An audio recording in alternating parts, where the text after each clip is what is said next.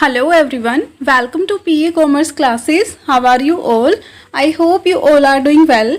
आज की वीडियो में हम डिस्कस करेंगे इंडस्ट्रियल रिलेशन की जो क्या अप्रोचेस हैं। उसमें मेनली 3 अप्रोचेस हैं, unitary, pluralistic and Marxist approach. इनके बारे में डिस्कस करेंगे। कल एक क्वेरी थी, सो उसी क्वेश्चन पर बेस्ड ये वीडियो है। सो डिस्कस करते हैं what is IR। IR stands for industrial relation. Industrial relation means the relationship between employers and employees in course of employment in industrial organization. So जो industrial organization होती है उसमें जो employer होते हैं, employer and employees, employees क्या जिसमें workers आते हैं, labor होती है वो, और employer में कौन आता है जैसे कि मैनेजमेंट है, उनके बीच में जो रिलेशन होते हैं वो क्या कहलाते हैं, इंडस्ट्रियल रिलेशनशिप। अब क्या है, industrial relation is use to denote the collective relationship between management and the worker. अब इसको हम कैसे डिनोट करते हैं, कलेक्टिव रिलेशनशिप दोनों का, किसका, मैनेजमेंट का एंड वर्कर का। IR is use to cover such aspect of industrial life as trade unionism, collective bargaining, worker participation in management, discipline and industrial dispute. अब जो IR है वो जो इंडस्ट्रियल रिलेशन है वो किस किस को कवर करता है, कौन से एस्पेक्ट को कवर करता है, वो आते हैं कलेक्टिव बार्गेनिंग को, वर्कर का जो पार्टिसिपेशन है मैनेजमेंट में, एंड जो इंडस्ट्रियल डिस्प्यूट हो जाते हैं एम्प्लॉयर और एम्प्लॉयज़ के बीच में, मैनेजमेंट और वर्कर्स के बीच में, ये उन सभी एस्पेक्ट को कवर करता है। अब जो है इसकी एक डेफिनेशन दी है डनलप ने, वो आप रीड कर लेना। So what is IR। अब IR जो है, IR हमने देखा कि इंडस्ट्रियल रिलेशन क्या था, जो मैनेजर्स हैं और जो वर्कर्स हैं, मींस एम्प्लॉयर और एम्प्लॉय के बीच का रिलेशनशिप था इंडस्ट्रियल रिलेशन।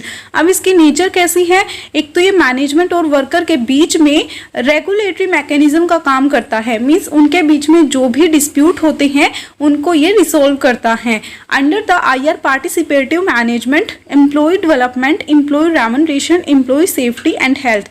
आप जानते हो जैसे कि अगर कोई ऑर्गेनाइजेशन होती है तो मैनेजमेंट क्या चाहता है कि जो वर्कर्स हैं वो ज़्यादा से ज़्यादा काम करे, और रेम्यूनरेशन जो उनको वेजेस देनी है वो मैनेजमेंट कम पे करे। अब मैनेजर जो हैं वो चाहते हैं कि कम पेमेंट करे और काम ज़्यादा से ज़्यादा ले, लेकिन जो वर्कर हैं वो चाहते हैं कि उनको अच्छी वर्किंग कंडीशंस मिले एंड वो जो है काम करे तो उनका उतना ही रेम्यूनरेशन उनको अच्छे से मिले। सो इसी को लेकर के उनके बीच में थोड़े डिस्प्यूट्स हो जाते हैं, कन्फ्लिक्ट्स हो जाते हैं। ये उन्हीं से जो है डील करता है कि उनके बीच में कैसे रिलेशन है, कलेक्टिव बार्गेनिंग कैसी है उनकी, वो कैसे एम्प्लॉय का रेम्यूनरेशन सेट कर रहे हैं, या फिर एम्प्लॉय की सेफ्टी का, हेल्थ का जो है कितना मैनेजर्स ख्याल रख रहे हैं, उनके बीच में रिलेशनशिप कैसा है। कन्फ्लिक्ट चलता रहता है, मीन्स जो वर्कर्स हैं वो स्ट्राइक करते रहते हैं, या फिर उनको ये शिकायत रहती है कि वर्कर्स को पार्टिसिपेशन नहीं मिलता है मैनेजमेंट में। ये सभी IR में आता है। अब नेक्स्ट है फीचर्स क्या है इंडस्ट्रियल रिलेशन के। Industrial relation are outcome of employment relationship in an industrial enterprise. These relation can not exist without the 2 parties namely employer and employees. हमें पता है कि इंडस्ट्रियल रिलेशन हमने अभी पढ़ा कि किसके बीच के रिलेशनशिप को बताता है, एम्प्लॉयर एंड एम्प्लॉयज के। सो यहाँ पे 2 पार्टी तो होनी चाहिए, एक मैनेजमेंट एक वर्कर वाली, मीन्स एम्प्लॉयर एंड एम्प्लॉयज वाली।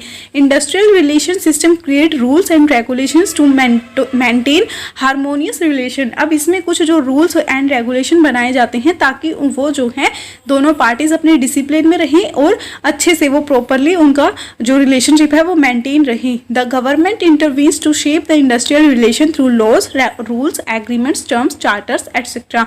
जो गवर्नमेंट है वो भी इंटरवीन करती है, कब करती है, ताकि उनके बीच में कन्फ्लिक्ट ना हो, और अगर कन्फ्लिक्ट होते हैं तो उनके लिए भी जो है कोर्ट होती है, या फिर उनके लिए उनको सेटल करने के लिए कुछ बॉडी बनाई गई हैं। अब उसके लिए गवर्नमेंट करती है, लॉ बनाती है, रूल बनाती है, एग्रीमेंट करती है, टर्म्स एंड चार्टर्स बनाती है।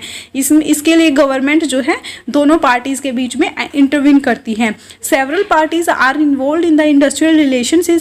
इसमें देखिए मेनली अब 3 पार्टी आती हैं, जो एम्प्लॉयर होते हैं और एसोसिएशन होती है उनकी, एम्प्लॉयज जो होते हैं और उनकी जो यूनियन होती है। एम्प्लॉयज की यूनियन मतलब ट्रेड यूनियन। अब देखिए जितने भी वर्कर्स हैं उनके इंटरेस्ट को प्रोटेक्ट करने के लिए वो क्या करते हैं कि यूनियन बना लेते हैं, जिसको हम क्या बोलते हैं, ट्रेड यूनियन बोलते हैं।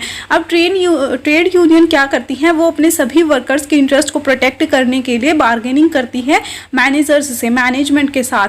सो इसमें क्या आएगा, employees and their unions and the government. अब थर्ड कौन आएगा, गवर्नमेंट आएगी, क्योंकि अगर उन दोनों के बीच में डिस्प्यूट होते हैं, कन्फ्लिक्ट होते हैं, तो उनको रिजोल्व करने के लिए कौन इंटरवीन करती है, गवर्नमेंट करती है। इंडस्ट्रियल रिलेशन आ रहा डायनामिक। अब जो इंडस्ट्रियल रिलेशन है वो एक डायनामिक और डेवलपिंग कॉन्सेप्ट है, स्टैटिक नहीं है। अब इसमें क्या होगा कि जो दोनों ही पार्टी हैं वो अपने डिस्प्यूट को, जो उनका रिलेशन है वो कैसे बेस्ट टू बेस्ट बनेगा कि उनके बीच कलेक्टिव रिलेशनशिप रही, वो कलेक्टिव बार्गेनिंग करे, अच्छे से करे और अपने जो डिस्प्यूट्स हैं उनको सेटल कर सके। अब जितनी ज़्यादा उनकी अच्छी कलेक्टिव बार्गेनिंग होगी वो उतना ही ज़्यादा एक दूसरे के साथ अच्छे से वर्क कर पाएंगे, एडजस्ट कर पाएंगे। Industrial relation include both individual relation and collective relationship. अब इंडस्ट्रियल रिलेशन में दोनों टाइप के रिलेशन आते हैं, चाहे वो इंडिविजुअल का हो चाहे वो कलेक्टिव रिलेशनशिप हो, ये दोनों इंडस्ट्रियल रिलेशन में आते हैं। अब ऑब्जेक्टिव क्या है इंडस्ट्रियल रिलेशन का, एक तो मेंटेन करना डेमोक्रेसी। डेमोक्रेसी मतलब एक तो ऑटोक्रेटिक होता है। ऑटोक्रेटिक क्या होता है, जिसमें मैनेजमेंट सिर्फ अपनी मर्जी चलाता है, एक्सप्लॉइट करता है वर्कर का, जो भी वो काम अपनी मर्जी से करवाना चाहता है वैसे ही करवाएगा, जो उसने रेम्युनरेशन फिक्स किया, वेजेस उसने फिक्स किया वही पे करेगा। अब जो है डेमोक्रेटिक कैसा होगा कि डेमोक्रेसी अगर एनवायरनमेंट होगा तो उसमें जो लेबर है उनको भी पार्टिसिपेशन मिलेगा मैनेजमेंट में। अब अगर उनको भी पार्टिसिपेशन मिलेगा तो वो भी अपने आप को एक इम्पोर्टेंट पार्ट जो है ऑर्गेनाइजेशन का समझेंगे और प्रॉपर तरीके से वो काम करेंगे, और इससे दोनों ही पार्टीज को बेनिफिट मिलेगा, जो लेबर है उसको भी मिलेगा एंड जो मैनेजमेंट है उसको कैसे मिलेगा, क्योंकि वर्कर अच्छा काम करेंगे तो प्रॉफिट ऑर्गेनाइजेशन को ही होगा। सेकंड जो है ऑब्जेक्टिव वो क्या है कि प्रोडक्टिविटी को रेज करना। अब प्रोडक्टिविटी इससे कैसे बढ़ेगी, क्योंकि अगर दोनों के बीच में रिलेशनशिप अच्छे हैं मैनेजमेंट के बीच में और वर्कर्स के बीच में, तो जो वर्कर्स हैं वो प्रॉपरली ऑर्गेनाइजेशन में आएंगे, अच्छे से काम करेंगे, प्रॉपर तरीके से काम करेंगे, मन लगा के मेहनत करेंगे, तो इससे जो है प्रोडक्टिविटी वो इंक्रीज होगी। और जो लेबर टर्नओवर है, मीन्स बार बार जो है एम्प्लॉयज़ आ रहे हैं लेकिन जल्दी आपकी ऑर्गेनाइजेशन को छोड़ के जा रहे हैं, ऐसा नहीं होगा। उससे जो लेबर टर्नओवर है वो सही रहेगी, एब्सेंटिज्म जो है वो कम हो जाएगी। To ensure worker participation in management of the company by giving them a fair say in decision making and framing policies. अगर इसके लिए क्या इंश्योर करना होगा कि जो वर्कर्स हैं उनको भी पार्टिसिपेशन मिले मैनेजमेंट में, अच्छे डिसीजन मेकिंग जो है पॉलिसीज़ बनी हो। इससे और क्या होगा कि एक अच्छा चैनल बनेगा कम्युनिकेशन का मैनेजमेंट के बीच में और वर्कर्स के बीच में। अब एक ऐसा एनवायरनमेंट हो देखिए कि मैनेजमेंट किसी की नहीं सुनता है, सिर्फ अपनी मर्जी चलाता है, वर्कर्स को एक्सप्लॉइट करता है, तो ऐसी कंडीशन में कम्युनिकेशन जो है उनका बहुत ख़राब रहेगा। लेकिन इंडस्ट्रियल रिलेशन अगर उनके अच्छे हैं तो जो एक चैनल है कम्युनिकेशन का वो बहुत अच्छा रहेगा। एंड उस नेक्स्ट क्या है, इंक्रीज होगा moral and discipline of the employees. अब वो कैसे इंक्रीज होगा, वर्किंग एनवायरनमेंट अच्छा है, वर्किंग कंडीशन उनके साथ अच्छी हैं तो उनका मोरल इंक्रीज होगा, उनका जो मनोबल है काम करने का वो बढ़ेगा और वो डिसिप्लिन में रहेंगे, अच्छे से काम करेंगे।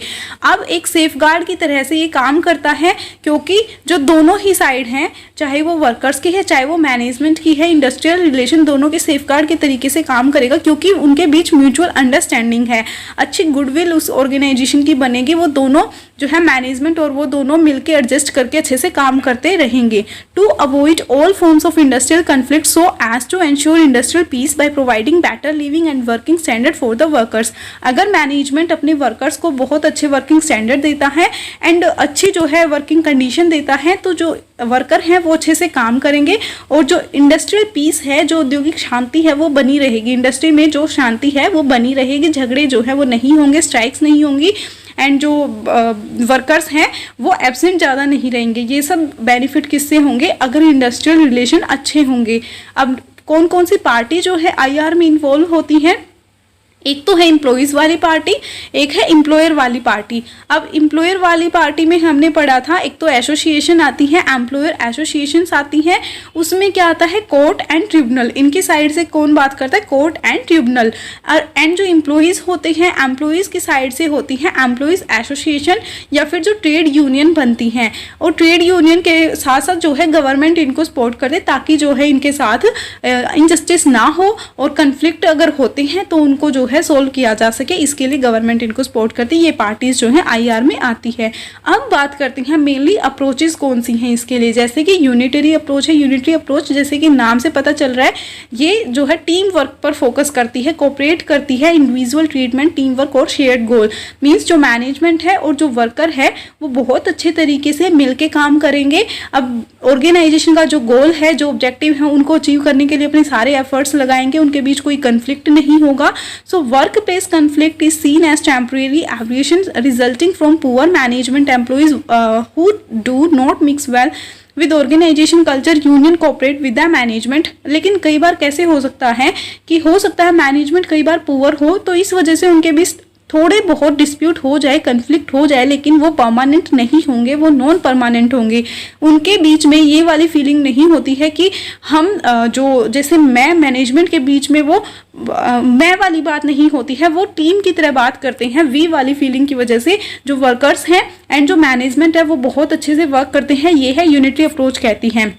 अब जैसे कि इसके नाम से सजेस्ट है कि एक ऐसा मेथड है जिसमें दोनों टीम वर्क की तरीके से काम करते हैं, कॉमन ऑब्जेक्टिव लेकर चलते हैं, इंडिविजुअल स्ट्रेटजी को फॉलो करते हैं और म्यूचुअल एफर्ट्स करते हैं। अब this theory believes that the conflict are non permanent. इसमें अगर थोड़ा बहुत मैनेजमेंट आपका सही नहीं है तो हो सकता है कि थोड़े टाइम के लिए कन्फ्लिक्ट हो जाए, बट ऐसा नहीं है कि वो लंबे टाइम तक चलेंगे। आपके पुअर मैनेजमेंट की वजह से छोटे मोटे डिस्प्यूट्स जो है इसमें हो सकते हैं। बाकी ये जो अप्रोच है वो ये मान करके चलती है कि सभी उन कॉमन गोल को अचीव करने के लिए अच्छे से वर्क करेंगे, इंडस्ट्री पीस बना रहेगा और सभी को इससे बेनिफिट मिलेगा, चाहे वो वर्कर हो चाहे वो मैनेजमेंट हो। It also consider the organisational conflict resulting in strike to be. सो ये अप्रोच मानती है कि जो स्ट्राइक वगैरह करना है, जो ट्रेड यूनियन से या जो वर्कर करते हैं, वो यहाँ पे क्या हो जाएंगे, यूजलेस हो जाएंगे।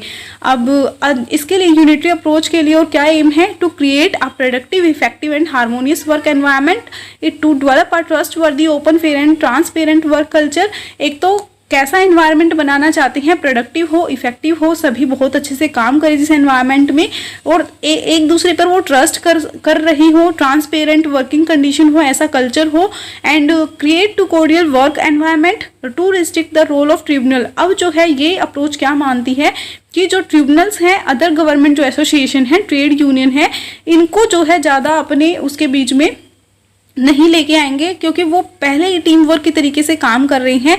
अगर ऐसा है, like the trade unions and initiate direct negotiation between the management and the employees. अब ये अप्रोच मानती है कि इससे क्या होगा, अगर वो टीम वर्क के तरीके से बहुत अच्छे से एक दूसरे के साथ एडजस्ट करके काम कर रहे हैं, तो वो रिस्ट्रिक्ट करेंगे किसके रोल को वो कम करेंगे। जो ट्रिब्यूनल्स बनाई जाती हैं, जो बाहर से गवर्नमेंट इंटरवीन करती है दोनों के रिलेशन को, दोनों के जो बीच में एक तरीके से बैलेंस बनाने के लिए, वो जो है बंद हो जाएगा।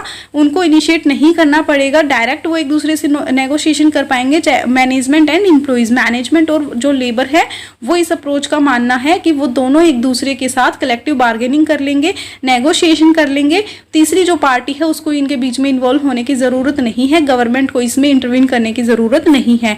अब नेक्स्ट जो है अप्रोच वो है प्लूरिस्टिक अप्रोच। ये अप्रोच जो है इसको आप ऑक्सफोर्ड अप्रोच भी बोल सकते हो, जो किसने दी थी, फ्लैंडर ने दी थी। ये भी याद रखना है, 1917 में दी थी और फ्लैंडर ने दी थी, एंड इसको हम ऑक्सफोर्ड अप्रोच भी बोलते हैं।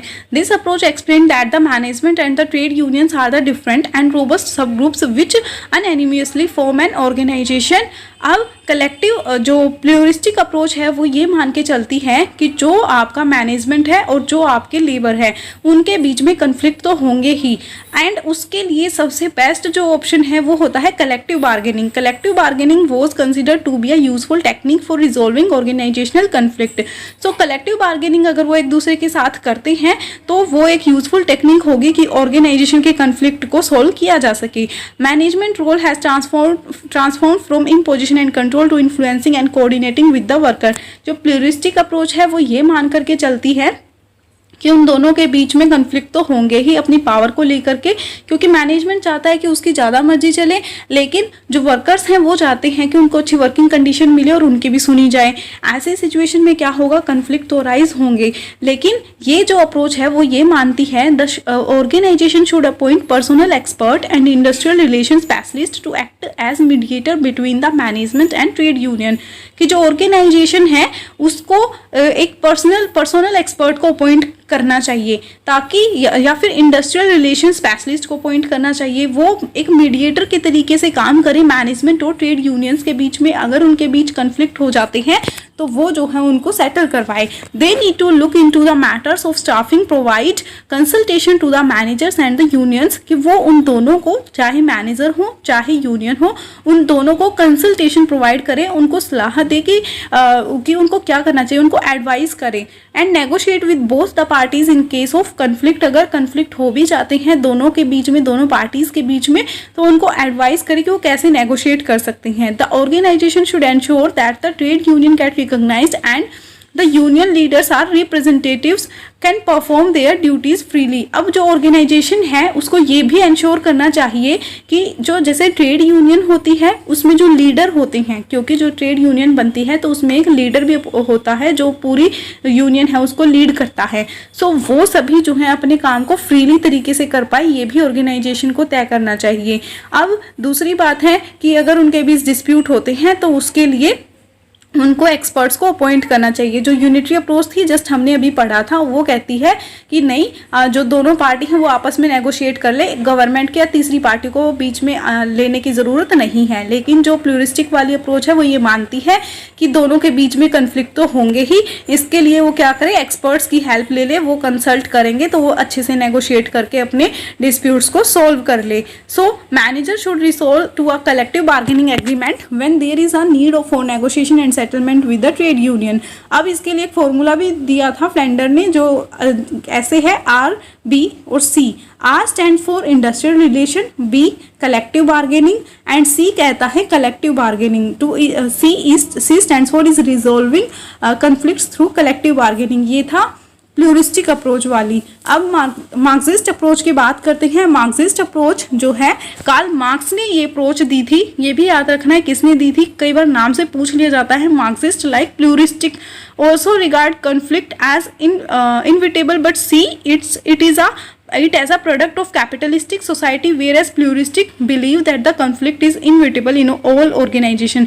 अब देखिए मेन बात पता है इसमें क्या है, मार्क्सिस्ट अप्रोच जो है वो ये मानती थी कि जैसे अभी प्लूरिस्टिक अप्रोच ने बोला कि उन दोनों के बीच में कन्फ्लिक्ट तो होंगे, उनको थर्ड पार्टी को इन्वॉल्व कर लेना चाहिए। मीन्स थर्ड पार्टी जैसे कि स्पेशलिस्ट उन्होंने रख लिए, अब वो जो है उनको कंसल्ट करेंगे और उनके बीच के डिस्प्यूट जो है वो सॉल्व हो जाएंगे। लेकिन जो मार्क्सिस्ट अप्रोच है वो कार्ल मार्क्स ने दी थी, वो ये मानते थे कि यहाँ पे कैपिटलिज्म बहुत ज़्यादा है, कैपिटलिस्ट होने की वजह से ये जो उन्होंने बोला है ये इन रियलिस्टिक है। मींस जो मार्क्सिस्ट थे, कार्ल मार्क्स थे, वो इन रियलिस्टिक मानते हैं, किस थ्योरी को, प्लूरिस्टिक वाली अप्रोच को गलत मानते हैं, एक इन रियलिस्टिक मानते हैं कि ये रियलिटी में है ही, हो ही नहीं सकता।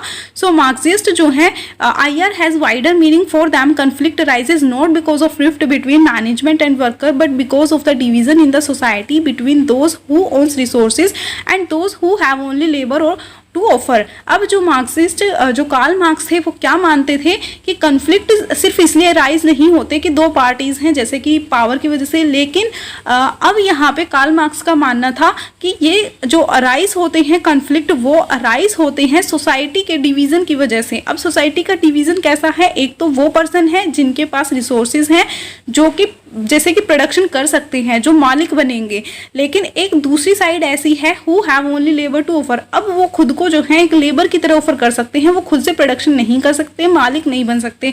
वो जो है कार्ल मार्क्स, उन्होंने जो है एक टाइम पर, अपने टाइम पर जब उन्होंने ये थ्योरी दी तब ये माना था, ये देखा था, एक जो सोसाइटी है वो इस तरीके की है कि जो पुअर है वो पुअर ही है और जो रिच है वो पर्सन रिच ही होता जाता है।